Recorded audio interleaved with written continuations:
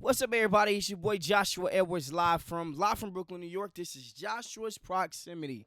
Yeah, it's been a couple months since I've shot an actual YouTube episode, but if you obviously follow my social media, I've been dropping some content here and there pretty consistently on a regular basis. But without further ado, right back to it. All right, so it's been a minute, so just want to get you guys caught up. Finished a 5K. So first ever 5K Spartan race. As you can see right here on YouTube, man, I did it at Citi Field where I currently work at with the New York Mets. This was a Spartan race, so I was jumping over all types of obstacles. Ran the entire stadium, all of the stairs, had sandbags on my back, climbed a huge pyramid, threw a spear. That was terrible. I might even insert it on here on the episode later on.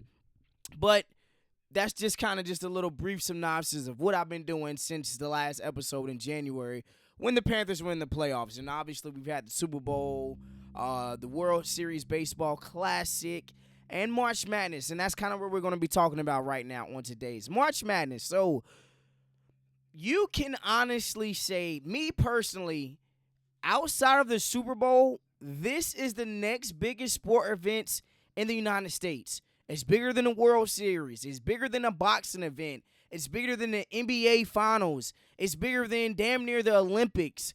The Super Bowl and then March Madness because of all of the different variations that you see. Obviously, we saw High Point go in there and upset. I can't remember the team that they upset, but the 336, if you know, you know. High Point, North Carolina ended up upsetting a high-ranking team, busted some brackets. North Carolina Tar Heels lost when nobody expected them to lose. And this is the current outlook of the Sweet 16. So Duke right now in the East region is playing St. John's. Michigan State is playing UConn in the Eastern Division as well. Transition to the Southern Division. On Thursday, you got Iowa versus Nebraska, Illinois versus Houston, and when you go out to the West region, Arizona versus Arkansas, Texas versus Purdue, 11 seed Texas. And in the Midwest, you got Michigan versus Alabama, Tennessee versus Iowa State. And if you just look just closely, there are only 3 1 seeds. At this time, you would normally still see maybe 4 1 seeds, and obviously the number 1 seed in the Southern region has lost. But this is what March Madness is about. It's about upsets. It's about college athletes. They have to have their best game for 2 halves. The best 40, 60-minute halves, not halves, but 60-minute games of your entire career. This is what it comes down to. And I think in NCAA, March Madness is the epitome of sports in the United States. It's the epitome of competition really worldwide, and it is heightened to another degree in March Madness. So you guys know I'm obviously rooting for Duke. I'm a Blue Devil through and through. My mama's a Blue Devil. I feel sorry for the Tar Heel fans. Not really, because I don't give a damn. But, hey, right now, as you can look at the bracket, I wouldn't be mad if St. John's went on to win it all. The city, New York, we would be turned up a little bit. But obviously, I'm going for Duke. And with that being said, I do want to transition a little bit. Since we're talking about competition, it's time that I say it. Baseball is not the United States sports. It's not. When you look at the way that we perform in the World Series Classic, if you want me to be honest and transparent with you, I currently believe the United States is the 4th best nation in baseball. I think number 1, even though we beat them, I think the Dominican Republic is number 1. Then I think number 2, I think that would be Japan. Japan ended up getting upset by Venezuela. But it's kind of hard to say Venezuela is not the best country when it comes to baseball because they actually went out there and won it all in the World Baseball Classic. So if I had a ranking right now, it would go DR number 1, Dominican Republic number 1, Japan number 2, Venezuela 3, and the United States 4. And that's not saying that we don't have superstars. We know we got Kyle Raleigh. We know we have Aaron Judge. We know we got Bryce Harper, Mike Trout whenever the hell he's healthy. We know we got arguably the best pitcher in all of baseball in Paul Skeens Paul Skeens, and we're going to see him Thursday night with the New York Mets opening night. But I would be very remiss if I didn't talk about this blunder. The United States, when it comes to postseason, you had legit the front runner and the runner up for the AL MVP on your roster, and neither one of them showed up. What is the biggest knock on Aaron Judge? He does not perform in big moments. He does not perform when the time calls. I mean, if you go back and look at the last time the New York Yankees were actually in the World Series, Juan Soto carried that team. Giancarlo Stanton. If you guys remember, who was that guy that hit that deep shot to send us to the World Series? It was Juan Soto. I think Aaron Judge in that series was terrible. Giancarlo Stanton was hitting tanks left and right. He was keeping us in there. This dude, man, I'm just overly surprised and shocked at how both of our, arguably best superstars performed. They underperformed mightily. Kyle Raleigh, he had to get replaced by Will Smith in the championship game. He wasn't even a DNP. If I'm not mistaken, I don't think Kyle Raleigh played in the championship game. A guy that finished second in AL MVP votings. Aaron Judge, how many times has he striked out? How many times has he struck out? This is his stat line. I'm pulling up real quick. This was his stat line in the World Baseball Classic. He went.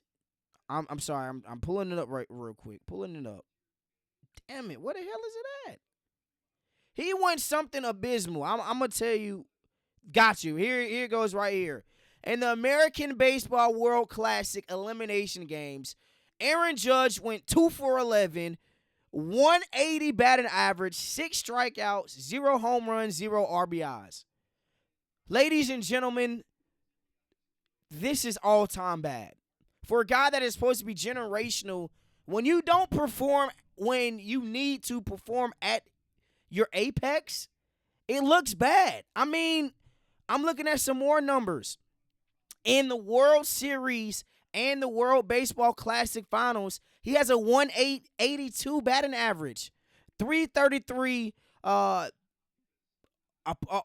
base percentage, 363 slugging percentage, 1 home run and 10 strikeouts.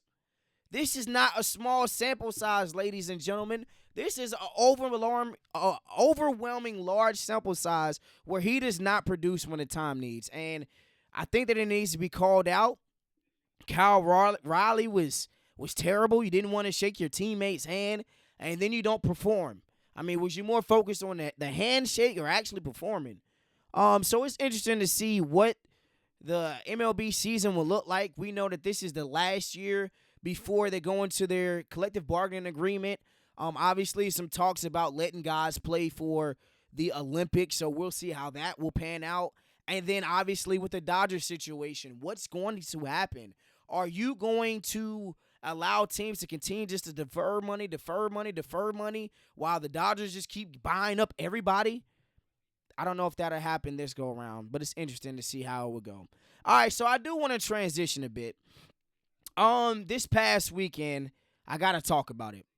The United States, well, not the United States, NFL players went up against the United States flag football team.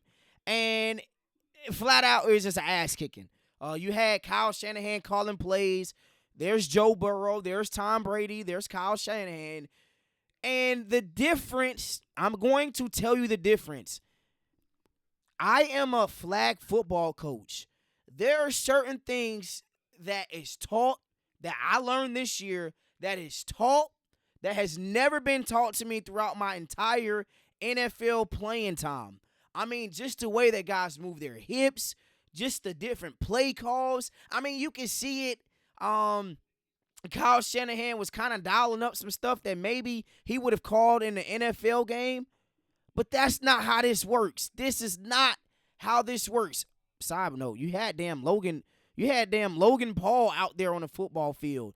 That just tells you how not serious the NFL was. You got Saquon Barkley out here trucking people. I mean, this, ladies and gentlemen, is what a flag football player looks like.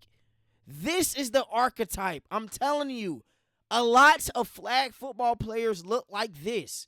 They're skinny, they're agile, they're dipping their hips. I'm telling y'all, this was some stuff that I had to learn really my last year coaching flag football because it's not the same. You got DeAndre Hopkins and Kyle Juszczyk out here trying to pull flags. Like, they've never been taught to run the football like this. If this dude was in the NFL, he's getting his ass smashed right now. No diddy. But that just goes and says, like, just not how serious or how lightly they thought it would be. Like, I don't know if they really understood what was coming for them. And you gotta look at it like this. A lot of these guys that are playing on these flag football teams, they're trying to prove themselves. They didn't make the NFL. They didn't get a chance to really showcase their skills at pro days, at NFL combines. So this is their time to shine. They got a championship. I'm pretty sure they got paid from Fanatics for it. But when you honestly look, I wish Jaden Daniels would have been playing more. I wish he was actually the quarterback out there. Maybe Lamar Jackson would have made a difference. But this is the archetype. When you got big guys like Saquon Barkley, I'm not saying he can't shake you. But when it comes to actually creating space, you can't run people over. He got flagged multiple times for just running through people. Even though he wasn't trying to, he's trying to, fit through a tiny space. But these guys, it's just a different type of athlete that is required to play flag football at the highest level. And that's because they don't work out a lot. They're skinny. They're able to twist their hips. I'm telling y'all, like, my coaches used to do this. Like, it's a huge difference from a flag football player to a National Football League player. And it was clearly on display this past weekend. So, once again, hey, Josh's Proximity. I'm shooting another episode this week, so stay tuned. Josh's Proximity. We out, baby.